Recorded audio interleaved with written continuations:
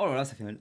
Hey, bonjour à tous. J'espère que vous allez bien. Petite vidéo sur les seuils et plafonds de chiffre d'affaires en micro-entreprise. Vous allez voir quelle est la différence entre seuil de chiffre d'affaires et plafond de chiffre d'affaires. On va voir cette vidéo. Allez, c'est parti.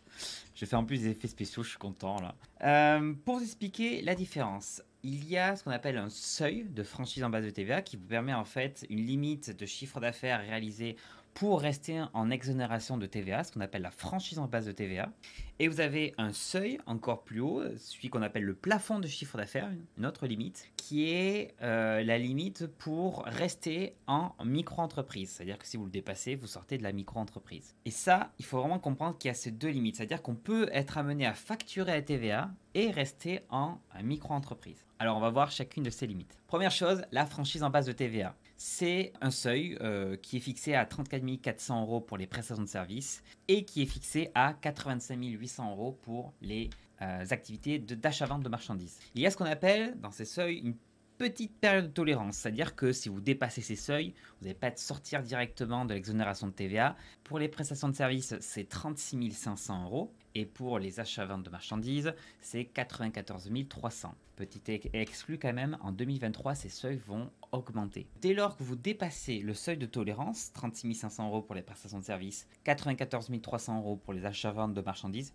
vous devez facturer la TVA dès le premier jour du mois de dépassement. Donc ça, c'est pour la franchise en base de TVA. C'est-à-dire que vous êtes en dessous de ces seuils, pas de problème, vous restez en facturation sans TVA. Vous dépassez les seuils de tolérance, 36 500, 94 300.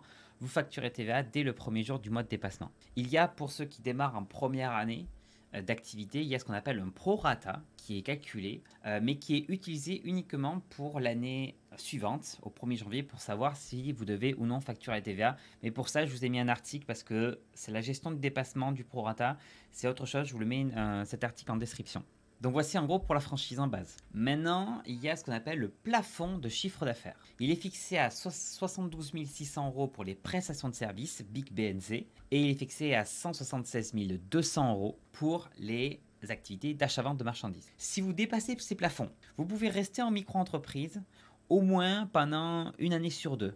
Vous pouvez même les dépasser pendant 2 ans. Par contre, si vous dépassez ces plafonds pendant 2 ans, vous sortez de la micro-entreprise. Ça veut dire que je démarre ma micro-entreprise cette année, je peux faire 200 000 € de chiffre d'affaires, aucun problème, je reste en micro-entreprise. Je continue de payer mes cotisations sociales à l'URSSAF, mon impôt, etc. Deuxième année, j'ai deux options. Soit je fais en dessous de mon plafond, le plafond de chiffre d'affaires, et je reste en micro-entreprise l'année suivante. Soit je redépasse à nouveau, et là je dis, allez, bingo, je vais faire 200 000 € de chiffre d'affaires, encore une deuxième année. Et là, je sors de la micro-entreprise la troisième année. Donc, il faut quand même comprendre qu'il y a vraiment ces deux limites complètement différentes. Du coup, pour récapituler tout ça, je prends la franchise en base. Le seuil, on va prendre le seuil à 36 500 et 94 300, ça va être beaucoup plus simple. Vous avez un seuil jusqu'à 36 500 pour les prestations de services BIC et BNC, et pour les activités d'achat-revente de marchandises, 94 300.